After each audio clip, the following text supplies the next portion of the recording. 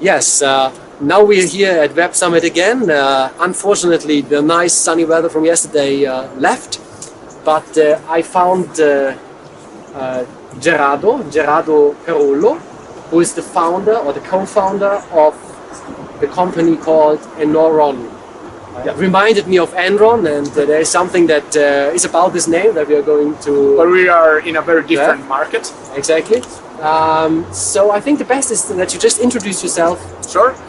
So as you said, I'm Gherardo Carullo, co-founder of Enoron, and basically we are designed for lawyers by lawyers. Because lawyers ourselves, we felt the need of a very efficient and easy to use solution to organize all the activities of lawyers that lawyers need. Okay. So you are by profession, you studied law? Yes, I studied law. I first had a degree in law, then a master in law, then I finished my PhD in law while working as a lawyer. And it was as a lawyer that I realized that we didn't, as lawyers, we didn't have a proper solution to manage our activities. So suddenly you had this great idea of?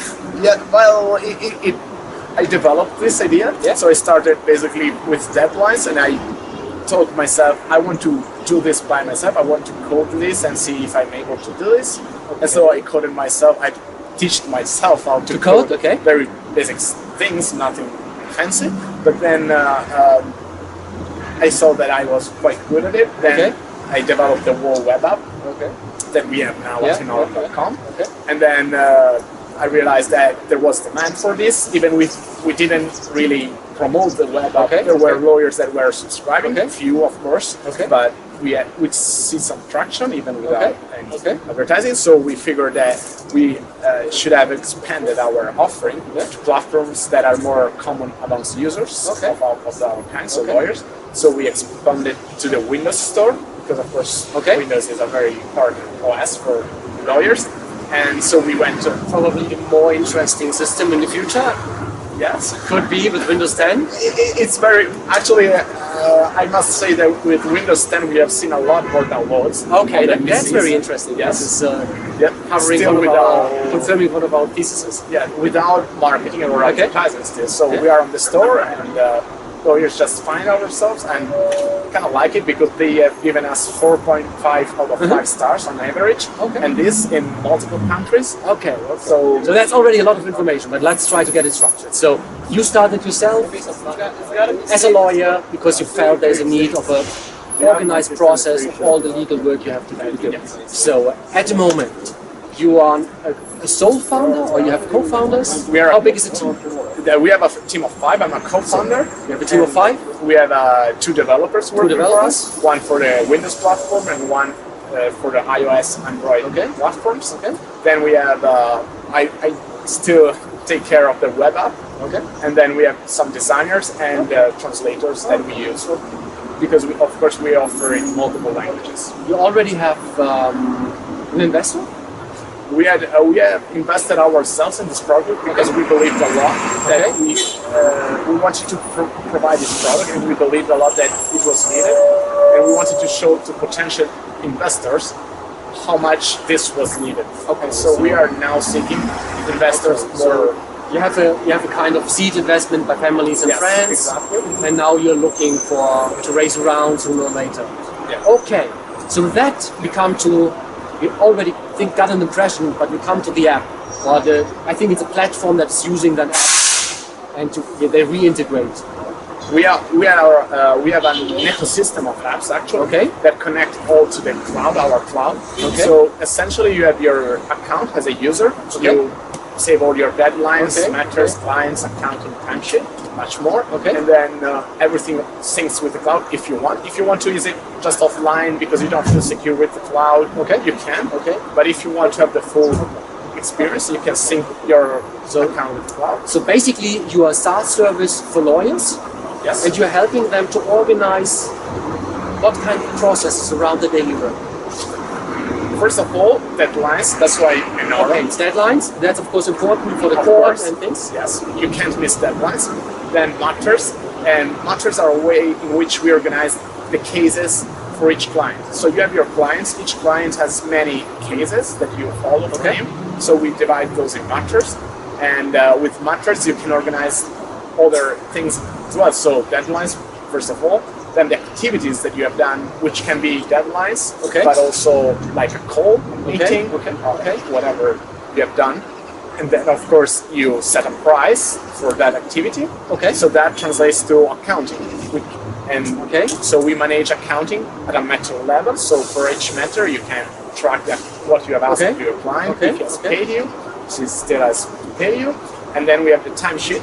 As in many countries, lawyers are required to have a timesheet. So we offer a timesheet by which you can track all the time you spend on matters. And then we have a very important feature that is collaboration. So you can work as a lawyer by yourself, of course, but commonly you work in a law firm with your colleagues, so you need to share information.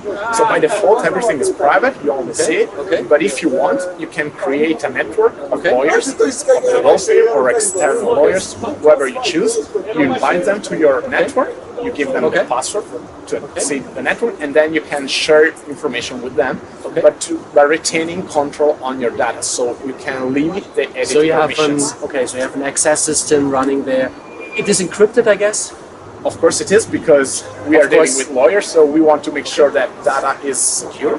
And what is about your team? So it's not only the co-worker, the call lawyer that is working with you on a case, you also have an assistant that wants to do entries or writes letters. Of course. They can also interact, collaborate? You can create an account for this person that you want to collaborate with, and you add it to the network. So let's say that you can have multiple networks. So let's say you have a network with partners where you share all this certain information, perhaps clients' details or how to reach out to them.